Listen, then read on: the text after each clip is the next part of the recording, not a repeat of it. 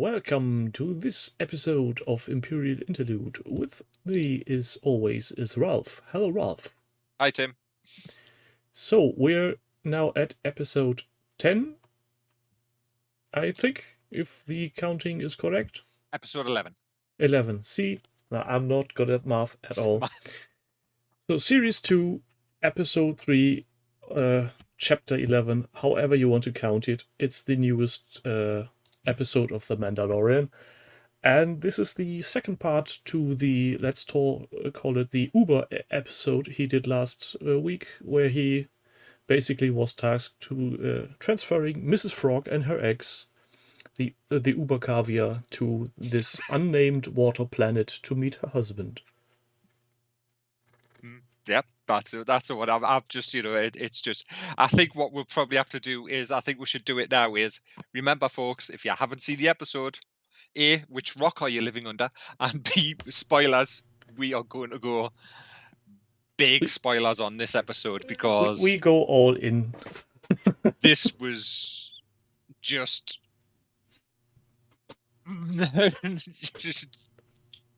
a feast, I think is probably the word. Yeah. It's a weird one. So we actually start up on this episode on a very somber, slow tune while the shipwreck that is the Silver Crest is limping away and trying to land at what seems to be a floating port of kind. Yep. Where it all hits the fan in a glorious shit show when this botched together piece of junk nearly makes it down and then at the final 2 seconds drops into the ocean. What did you think of the AT-AT being used as a crane? I wanted to relook at it. I don't think it's an actual AT-AT. I think it's a generic Walker construct. The back end looked like an AT-AT, looked like an AT-AT, yeah. and it was just missing its head. But if you look at other instances in a similar timeline where 4-legged walkers are underway, there are massive variants of these things. So I think there would be a civilian version of that too at some kind. So there's the from Rogue One, the AT-ST that has the enlarged compartment. Yeah. And then we have this one, which could be a salvaged military unit, but I would think that would go a bit too far. I'm going to stick with my theory that it probably is something from the Empire, because with especially from the episode in the first season where the pirates had an AT-ST salvaged on that planet where he meets Cara Dune. So I'd have to look at that scene again to make out some technical details where you may say, yes, this is an AT-ST of some description, or maybe no, this is cobbled together junk. There was an interesting post. There was an interesting conversation going on after the episode aired on Twitter with the director, who's Bryce Dallas Howard. So it's Ron Howard's daughter. And she directed the Cara Dune episode as well. And someone said, I noticed a little bit of homage to your father's film Apollo 13. And she went, 100% correct. So when the Razor Crest's coming down through the atmosphere, that's her sort of paying homage to what her father did when he directed Apollo 13 in the Apollo capsule with the short line of, we're going to make it if we don't burn to a crisp. Yeah. So the whole scene, the whole sort of visual effect as well is sort of almost mirrors the same scene from Apollo 13, which I thought was quite a nice little sort of Easter egg, shall we say, within. Yeah, it was a sight to be seen, because normally in Star Wars you don't actually see ships entering or leaving orbit, and when they usually have their shields up, so the shields take all up the heat, and literally, and this time it's simply got baked. Indeed. So then they finally land. Well, they land, they crash in the water, and then are pulled out, and he sort of gives a Mon Cal 1,000 credits to repair the ship, which is. And he simply goes, well, I'll make it fly. Yeah, do what you can, wasn't it? Is a very non-talkative person simply looking in disgust on the landing skills of the Mandalorian and then going on to work on what is left of the ship. What's interesting is, and this has popped up as well, is the person playing the Mon Cala. Yes, is Gia Yavanka, who was Aiden Versio in Star Wars Battlefront 2. Oh, that's not on the full cast list at the moment. Yeah, it's the same actress. She posted up on Twitter about it, and then she showed off her Lucasfilm puppeteer badge. Oh.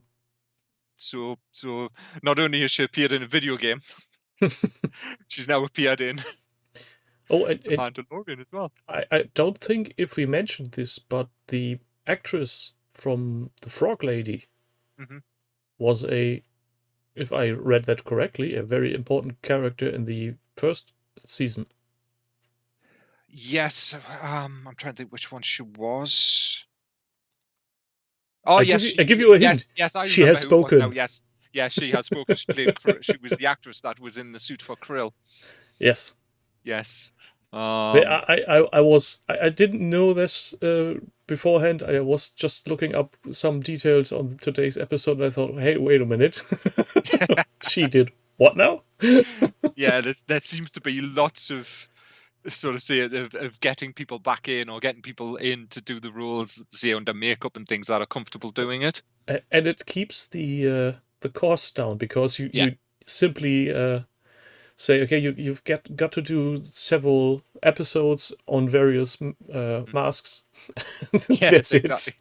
It. Well, that was the running. There was a running joke on Twitter that a couple of people posted up. A couple of voice actors posted up aimed at D. Bradley Baker, who's the voice of all the clones and Captain Rex and Clone Wars, saying, "We hope you're going to get paid for five roles when they do when Bad Batch turns up, because he's going to be voicing 5 characters." Well, if his agent is anything but worth his money, he will have made some extra on that, because that's something more. Mm-hmm. So the Frog Lady and Frog Husband, I think that's reunite, shall we say? So that was nice to see that there wasn't any of that. But lurking in the shadows is the scene from the trailer where we get to see Sasha Banks. Yeah.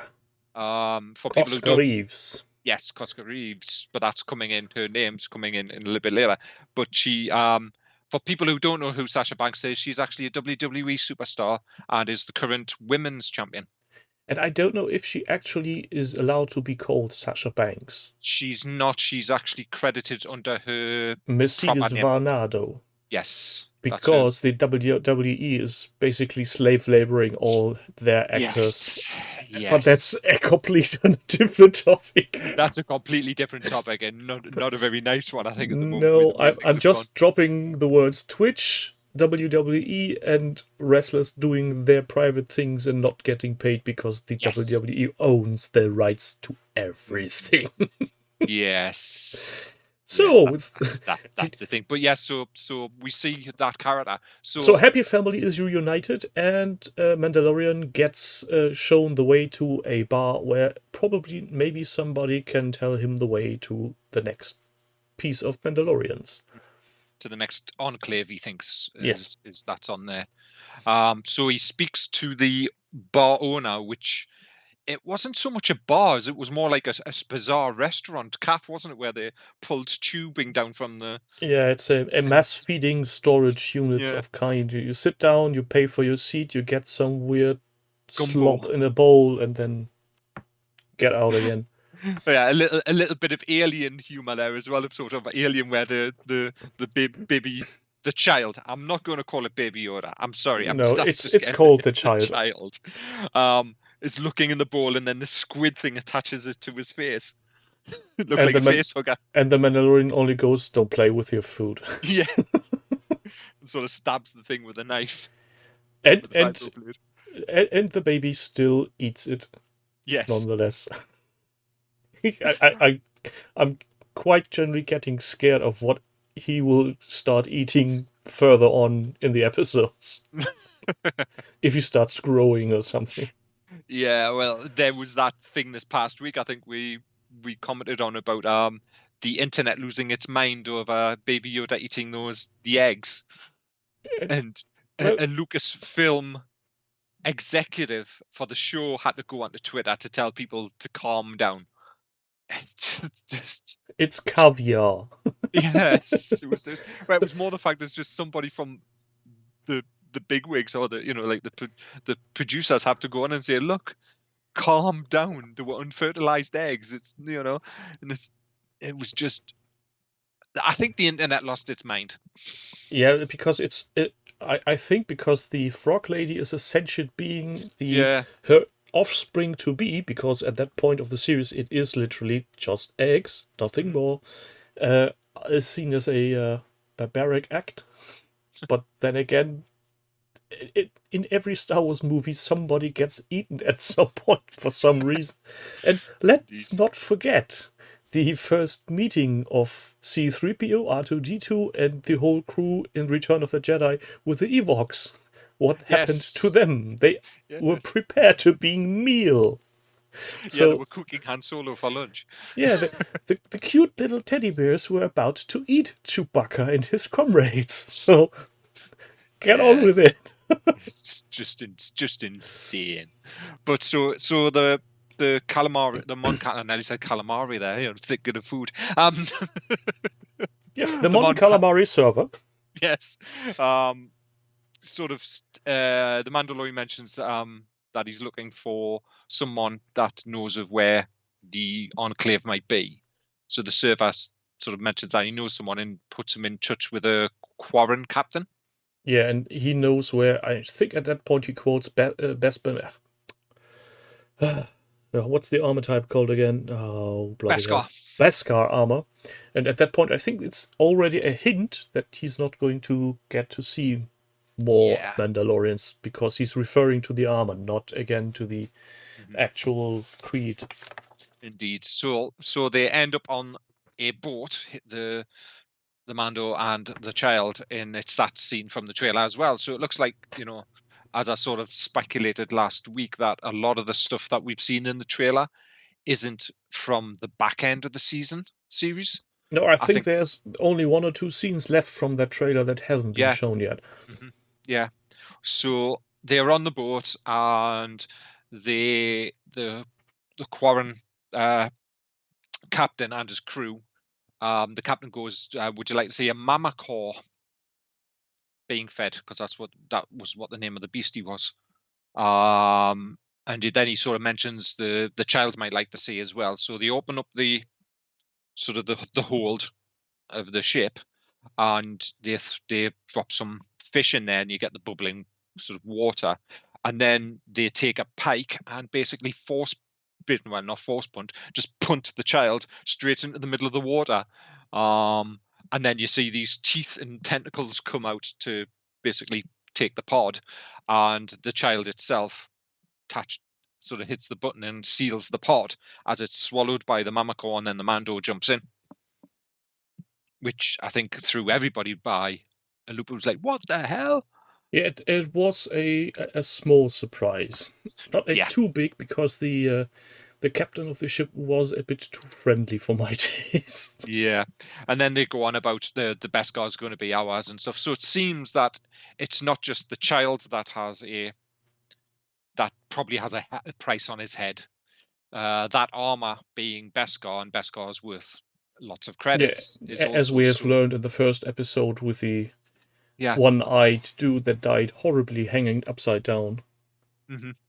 Yeah. So I think this probably means that he may have to paint his armor. Wow. You know? Either that or try start getting more focused on the job at hand, not being Indeed. so, let's say, trustworthy of strangers.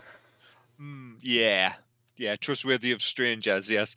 So the So the Mandos. baby is in the mouth of the beast. The Yeah. Mandalorian is getting kicked into the water, and there's a large crate going over it, and he's not getting out.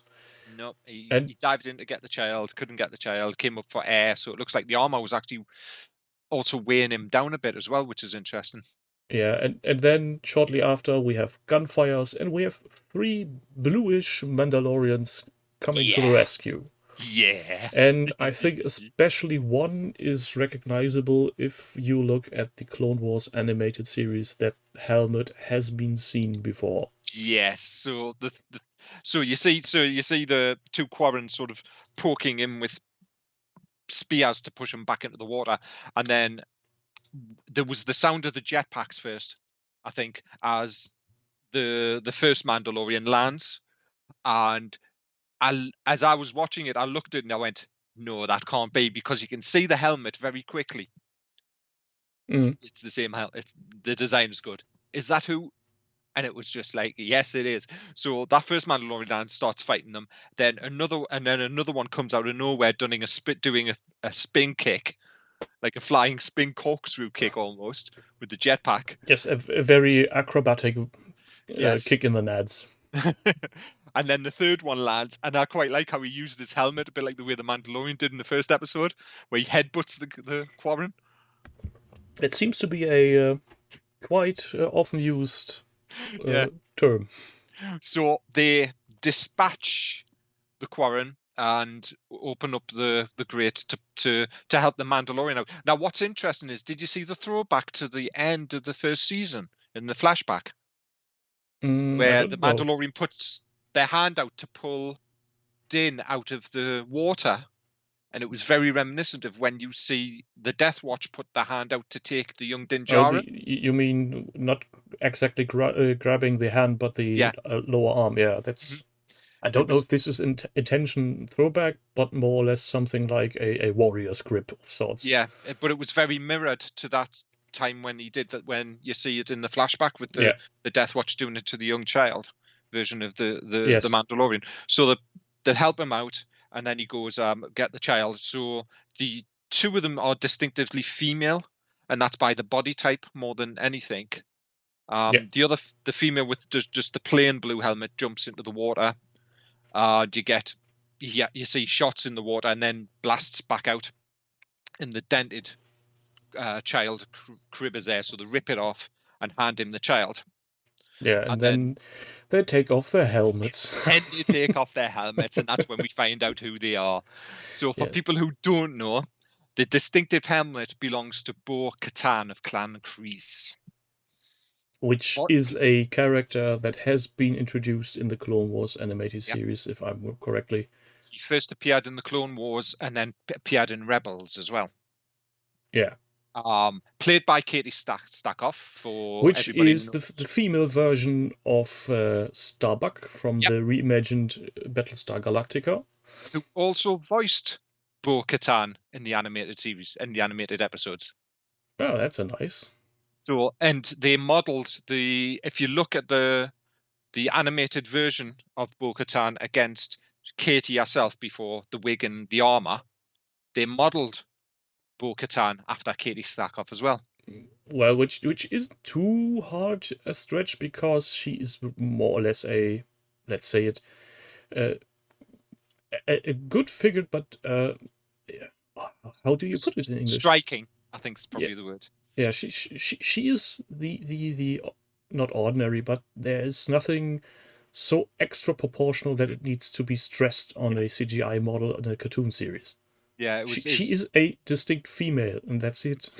Yeah, so she takes her helm off, and then they all take their helm off. So the other one, of course, as we mentioned, we find out that Sasha Banks is playing a Mandalorian named, what was the name again? Koska Revis. Koskovies, and then the other gentleman as well is Mandalorian, and I had his X-Wolves.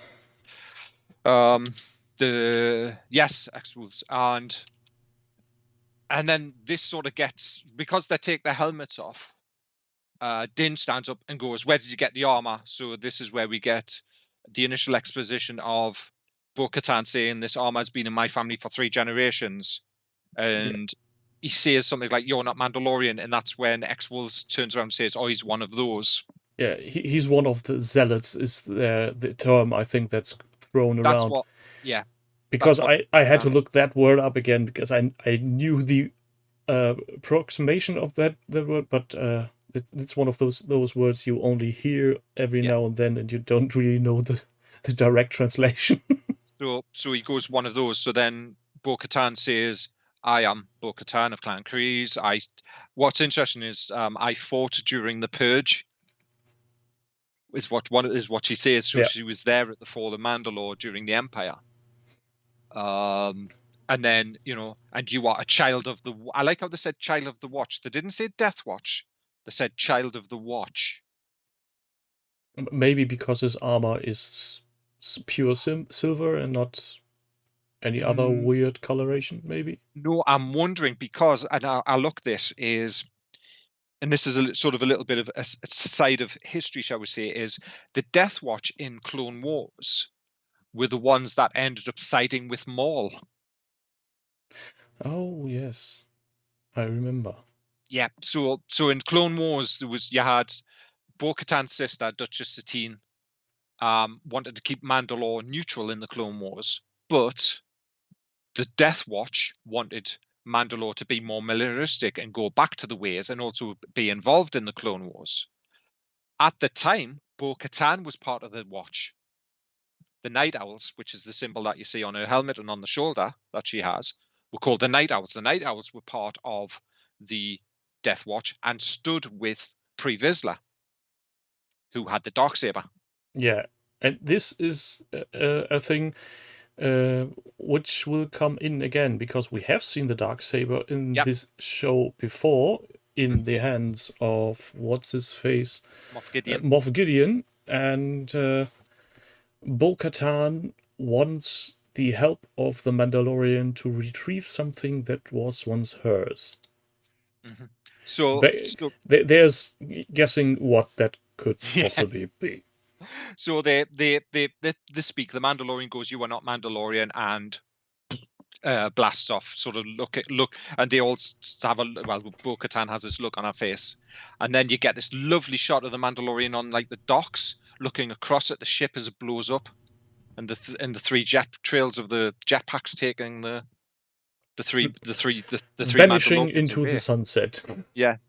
So he's back on the sort of the docks. Yeah, And back to square one. Still no real clue on where to go, how to manage to find somebody who is Jedi. Mm-hmm. And he's accosted by a bunch of Quarren, who's one of them is the brother of the captain of the ship that was blown up. Yeah, he's wandering around the docks until very nightfall because it's dark when they get to him. Yeah. And then they are trying to, quote, kill his pet. Yes, it was kill the pet. And then, of course, the jetpack, you hear the jetpack noise again as the three Mandalorians land. And I like the one where he didn't kill your brother, says Bo-Katan. I did. And she sort of cocks her head to the side slightly. And there's that split second, and all of a sudden they draw on these Quarren and decimate them, basically. And everybody dies. Yeah. I don't even think the Mandalorian drew his gun. I think it was just the other three. I think he did draw, but he didn't shoot. Yeah. I don't think he had time to. And then they go, shall we buy him a drink? So they go somewhere where, I don't know if it's the same cantina or food place or not. But they go, and then you get the little exposition of Din Djarin asking that he's saying that he's been tasked by the armorer, but he doesn't say the armorer. He's been tasked to return this child to the Jedi. Now, there was a lot of speculation that he never mentions Jedi anywhere else, and that's the first time. But it's Jedi have been mentioned previously. It was mentioned by the armorer, and they were called an ancient race of sorcerers called the Jedi. The space wizards. Yes. So I think the speculation that they just either didn't hear it, but it's the first time Din mentions them by, I think, name. I think that has to do with the show really, for my liking, goes out of its way of not using too much of the established verbs and gnomes on the whole Star Wars thing. So they actually go like, this is the outer rim. We are at the far edge of everything that's happening, and we don't use the same words, descriptions as people who might live on Coruscant or something. And also, it is mentioned. I think it's mentioned in some of the newer books and stuff, especially in sort of the different time periods about that. There's not many Jedi, or there's still that myth. It's still that that whole myth and legend behind them. Well, That or if the distrust. if we consider that this is more or less after the return of the Jedi, there are literally only 2 known living Jedi in the universe, Hmm. which is Luke and Leia Skywalker, and that's Yeah. it. Mm. We Yeah. now know that there are potentially more living ones, but as Hmm. the time goes, there isn't much. And even Han Solo in the original movie says, "Oh, the Force, this is just a myth that Hmm. doesn't exist. Don't Yeah. believe in it." So Exactly. it's far from an established fact like it's in the first 3 episodes and the Clone Wars series, where the Jedi and the High Council are actually available to be seen, talk to, and intervene at things in a daily life. Yeah, and also part of it, I think, as well is, and this is sort of coming off from, say, the novels and stuff, where the Empire basically tried to scrub the Jedi from Yeah, history and basically put the reason they were killed off is they sort of twisted the words around an attempted coup, yeah. There which is the way that isn't they positioned it. anything that can help you. The Empire is the thing. Yeah, yeah. So they are basically the three Mandos are there to hijack some weapons from a Gazanti freighter. It was nice to see the Gazanti freighter. Actually, that's the first time we've seen a Gazanti freighter in live action as well. Yes, and I think the model has so much more detail than the X-wing thing that it's based on. I've got that thing in my back cupboard and I've looked at it and I Mhm. said, "You need a lot more greebly bits." Yeah. To basically hijack a Gazanti or hijack the cargo of a Gazanti freighter, Which which is are weapons. weapons, which should be mentioned. Mhm. Yeah, So and they the want his help, and if he helps, Bo-Katan knows of the Jedi and will lead him to a Jedi. yeah, and then they start to climb on board to the Gazati freighter shortly after it's lifted off Mhm. because it's staying in some weird transport line and isn't allowed to Yeah. climb. It's at this point we're basically having a Wild West train robbery at our hands. We're getting an Iron Man view as well, almost again with the jetpacks. So as the Yes, Gazanti freighters flying off, you get the camera pulling back, and you see the 4 jetpack trails of the Mandalorians landing, heading to it, and then of course they land, and it was just, yeah, okay. We're used to seeing one Mandalorian, and I would say even though they're trained very well, that like people like Din, yeah, they're not soldiers. They're not trained as soldiers. They're not trained as like a cohesive unit yeah, compared to Bo-Katan, Axe, and Kos, where they are technically, I would say, a trained unit. And when they land, it shows because the stormtroopers don't stand a chance. I'm sorry. yes.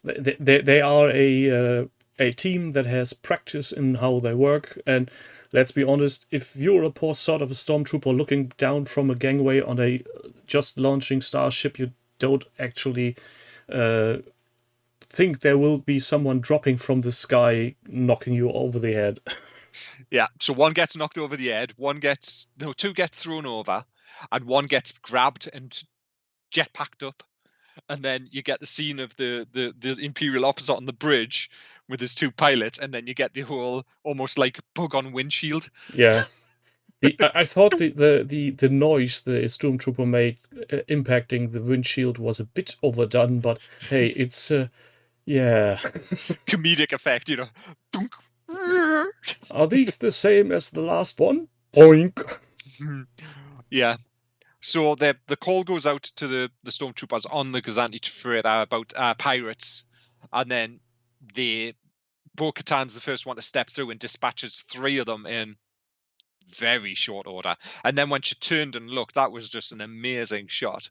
And then as they walk down that corridor as well, it's like, okay, we can see where this is going to end. Yeah, and then Badly. we should mention the Imperial captain of that freighter is Titus Yeah. Velivir. He has a rather long history in movie and TV series. I've seen his face and I thought to myself, wait a minute, I've known this guy from somewhere else. It's Amazon TV series called Bosk, where he plays Bosk. I think it is, or Bosch, where he plays a police detective. He was in the 4th Transformers movie, the one with Kelsey Grammer. He was the lead sort of spec ops guy that was hunting, sort of like the villain of sorts of the humans. He's done a lot of TV series, Law and Order.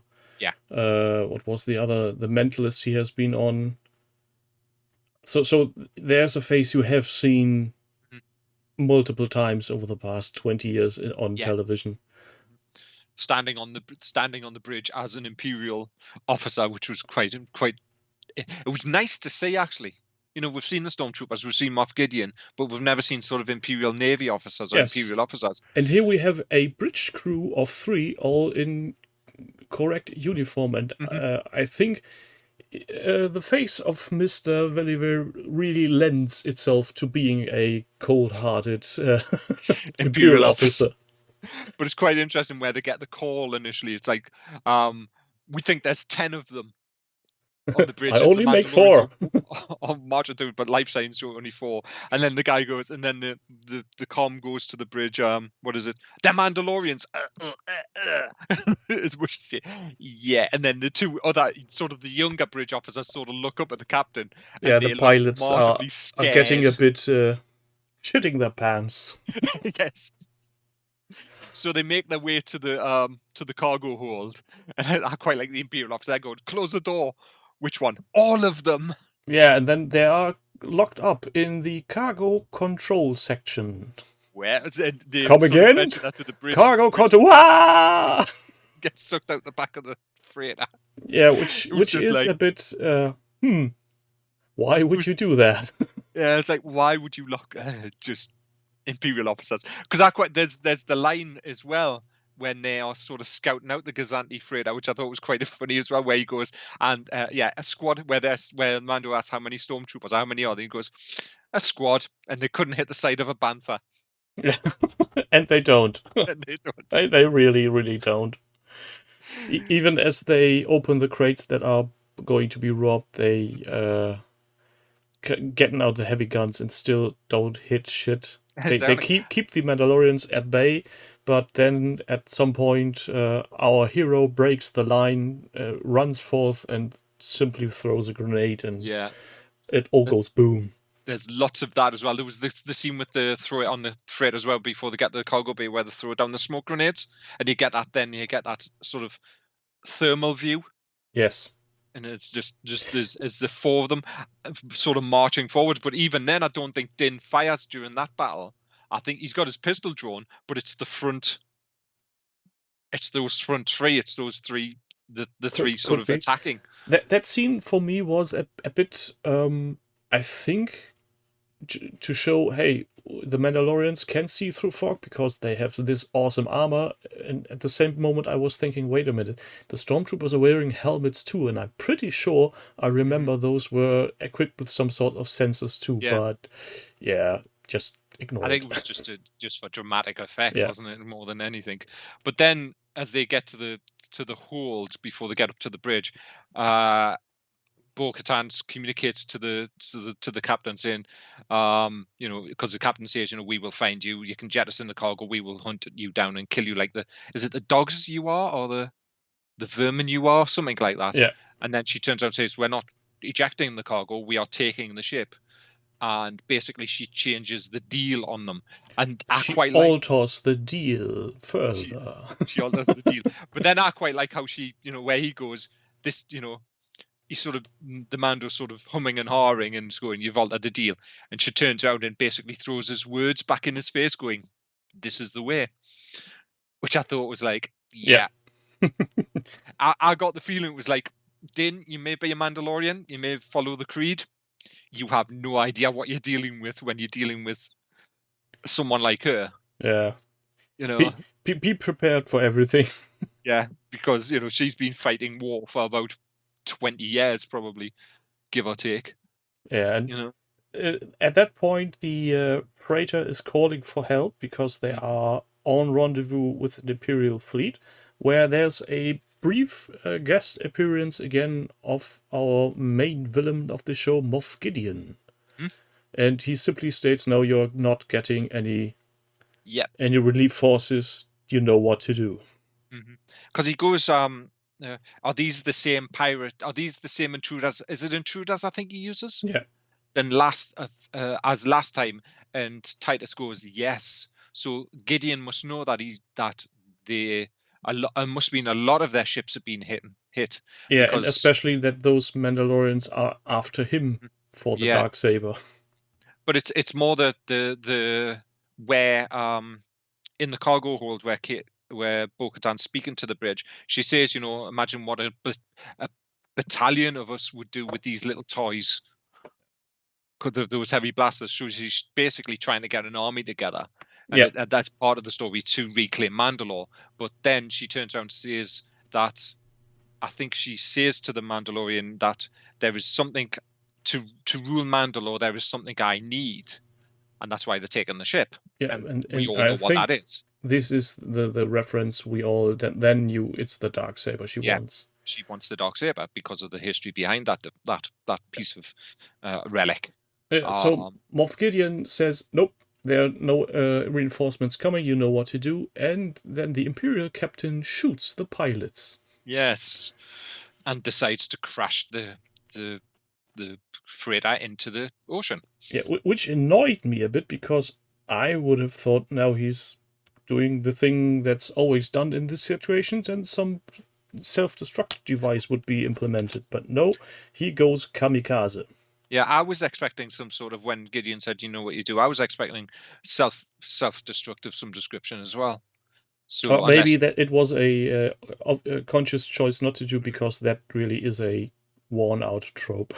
yeah, it is. And then he plows the freighter towards the sea. That's when the Mandalorians make it to the bridge, but there's a squad of 10 of them, I think they said, Mm-hmm.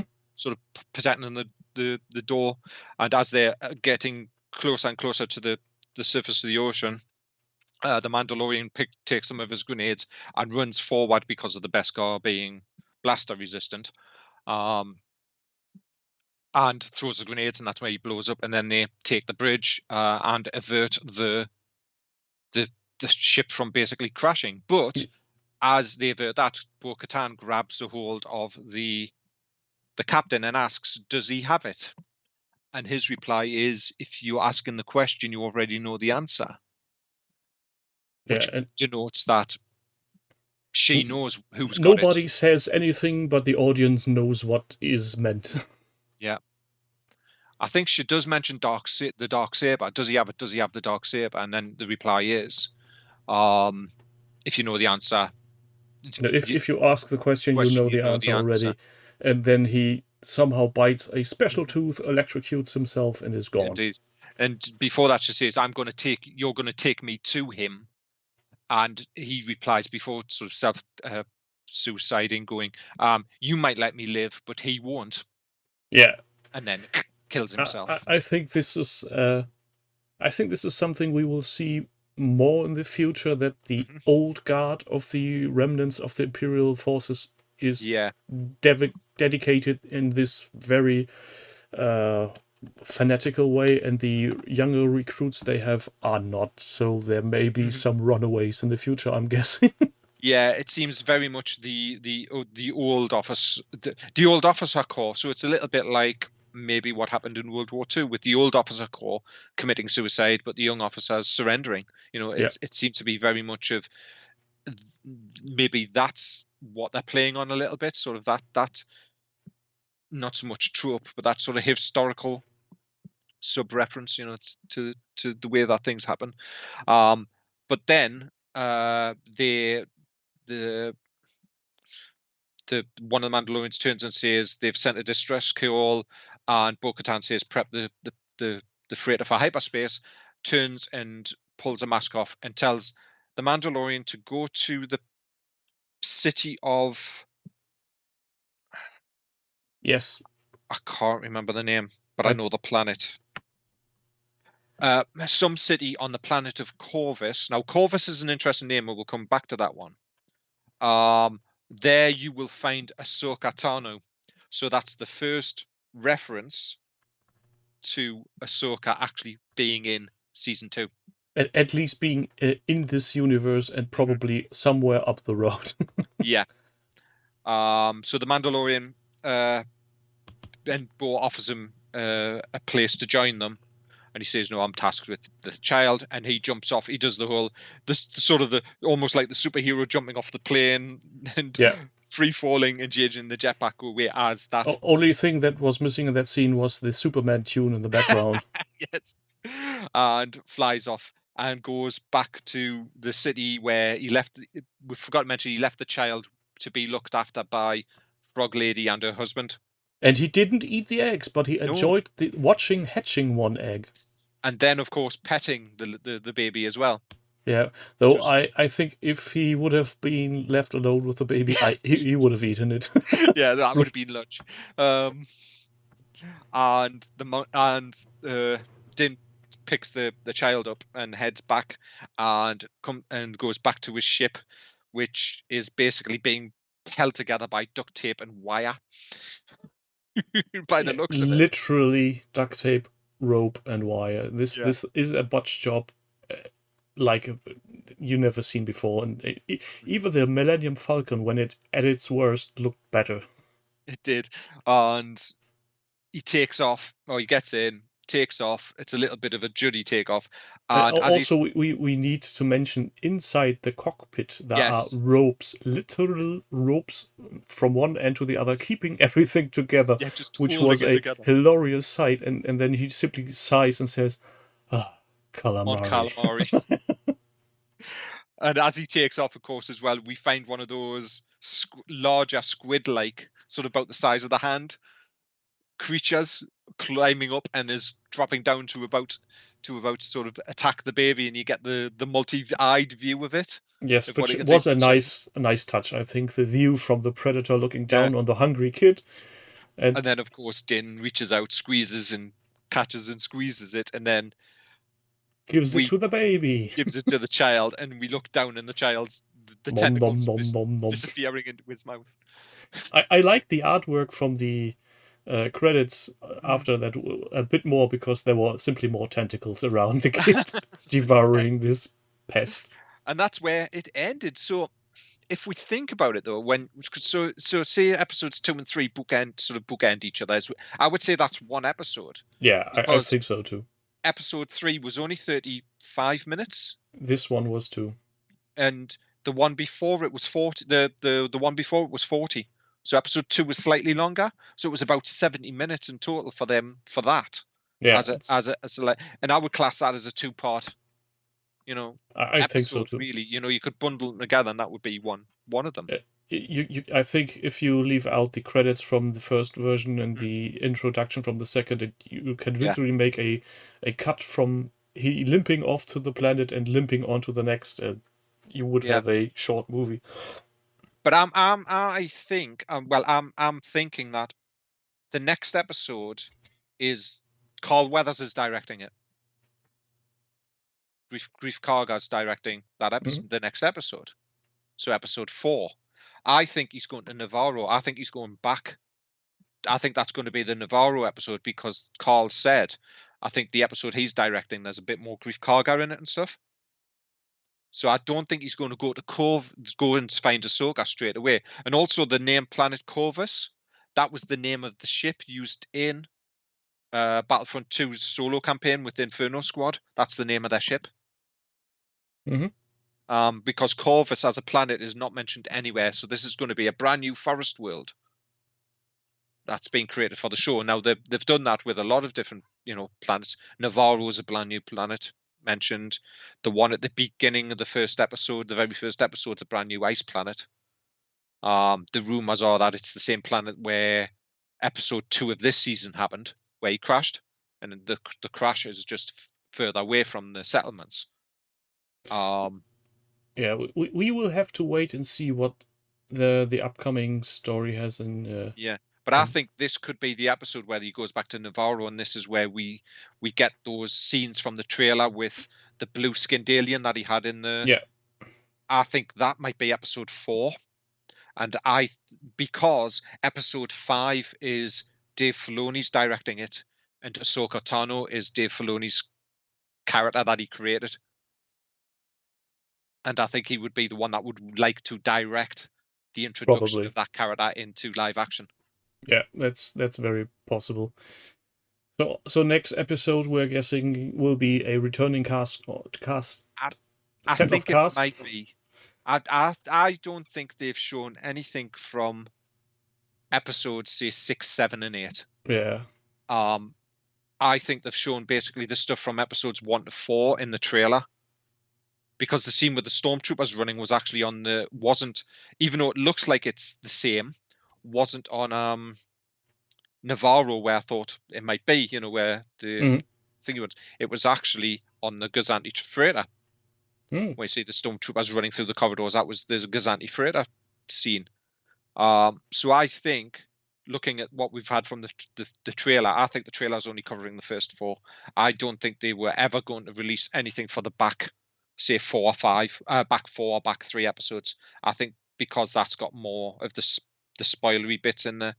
Also, I think not knowing what you're getting into helps the overall tension to stay there. Yeah. I mean, I just think the introduction to live action Bo-Katan was great. Yeah, I mean, there had been speculation that Katie Sackhoff was going to be in it, but until you see the people on screen, I think you can dismiss all of the the speculation about who's going to turn up and who's not. And to be honest, the fact that they have modeled the animated character after her likeness only helps making the live action more believable, especially because in the movies and the real action movies and the animated series, most of the time she's wearing that very distinct helmet, and that thing looks like straight from the 3D printer out of the cartoon series. It does, doesn't it? I was watching, and this is a little side, I was watching an interview with the Korean actor who played the captain from episode 2. And he was doing an interview for Canadian News about how he got the role, and he's friends with the director Deborah Chow. He got talking with Deborah about it and stuff, and then he said, have you seen my cosplay? Because he cosplays. He's part of the 501st in Canada, and he's got cosplayers, and he sent her a bunch of pictures. Now, Dave Filoni was a fan of the comedy show he was doing, and they got him on, and they didn't have his helmet. They didn't have his helmet that he was going to wear for the scene, yeah. But they had a helmet for him to try, just for testing shots. And they brought the helmet out, and it was in a box, and they opened the box, and it was Biggs Darklighter's helmet from episode 4. Oh. And it wasn't just a replica of it. It was the original helmet that the actor who played Biggs Darklighter wore. Oh, this is going to get shivers down anybody's spine. And he put it on. He was allowed to put it on. It had the actor's name in it and stuff. And he said he started crying. Well, who wouldn't? Who wouldn't? You've got a prop from like 77 or 76. Actually, it would have been. It's a thing from your childhood past, actually in your hands, and you're able to make a scene while carrying it. This is, I think, for most fans, a dream come true. Yeah. So it was just nice to sort of hear the like the incidental stories, and that was the story he had. I think these are the things that make the Mandalorian in a way special, because I've got the feeling, I can't really base this on any facts, but some of these short side stories, that there's so much passion and love going on that they even can get around quarrels like they had with with Pedro Pascal being upset because he is not being shown his face as much. We won't go down this now. Because my own personal thing on that is a lot of that is just the media wanting some stories that Yeah. people are floating stories out there that aren't true, or there's not a modicum of any reality, and they don't know the situation, and they're putting stories out, and it's because it's the internet, it's amplified by the vocal minority Yeah. to latch on to those things. And So we won't further discuss it. no. He's at He's the the current state. Mandalorian. He's the Mandalorian. He's credited as such, so he's going to stay that way. And Uh, if there are any changes for whatever reason, I'm pretty sure we will get word out of for why it is. Yeah, will he have? But they're starting production of season 3 this year. They've said they've definitely started production on season 3, or they're going to. That was the announcement. That was on a Disney investor call, Mhm. and they've said Mandalorian season 3 will be out in 2021. Which I really like. Yeah. And then there's the other possibilities that we may get something with Boba Fett, a limited series, the same way that they're doing Kenobi. Well, where we might have a limited series about, and that I think that the idea was in but the rumors. as you said earlier, I believe that if it's on screen. Yeah. Not before. There has been so much rumor around Star Wars IP that yes, that has. I'd rather have them take a step back and make those things they're currently working on, make them right. Yeah, which because is the Rogue One. And if they do another rush job like, let's say, Han Solo movie, yeah, it only hurts the franchise. Mm-hmm. Yeah, but that's a story for another time. It is indeed. Well, and that was episode 3, I think so. Yeah. What did you think of it overall, though, Tim? I liked it. I thought the comedic relief was maybe a bit too often used, but I love the fact that they actually showed what has become of Frog Lady and her offspring, and that some eggs actually made it. I think from me it was one of those episodes where it's like they're ratcheting up the story now. You know, the first episode you had the tease at the end. The second episode was that quiet, sort of the quiet part of it, you know. And the third episode is now ratcheting up again, and I think the story now is just going to start to ratchet up even more and more and more. Yeah, it's a bit like a bouncing ball. We have we start on a high, and then there's a short period where we are on a down slope again, and then we're getting high again. Yeah, I'm hoping they can keep the intervals up. And I don't think that's the last time we'll see Bo-Katan either. Maybe this season. No, I'm going to say that all named characters we have seen so far will make at least 2 or 3 appearances during every season for some reason or another, because they all feel so fleshed out that it would be a waste of material to just have them appear 1 or 2 times and then drop them in the ocean. Yeah, a pop-up character, I think not, somehow. Yeah. So with this said, we all look forward to next week's episode, and then we will have a discussion again. Definitely. I'm Tim, he's Ralph. I say thank you and goodbye.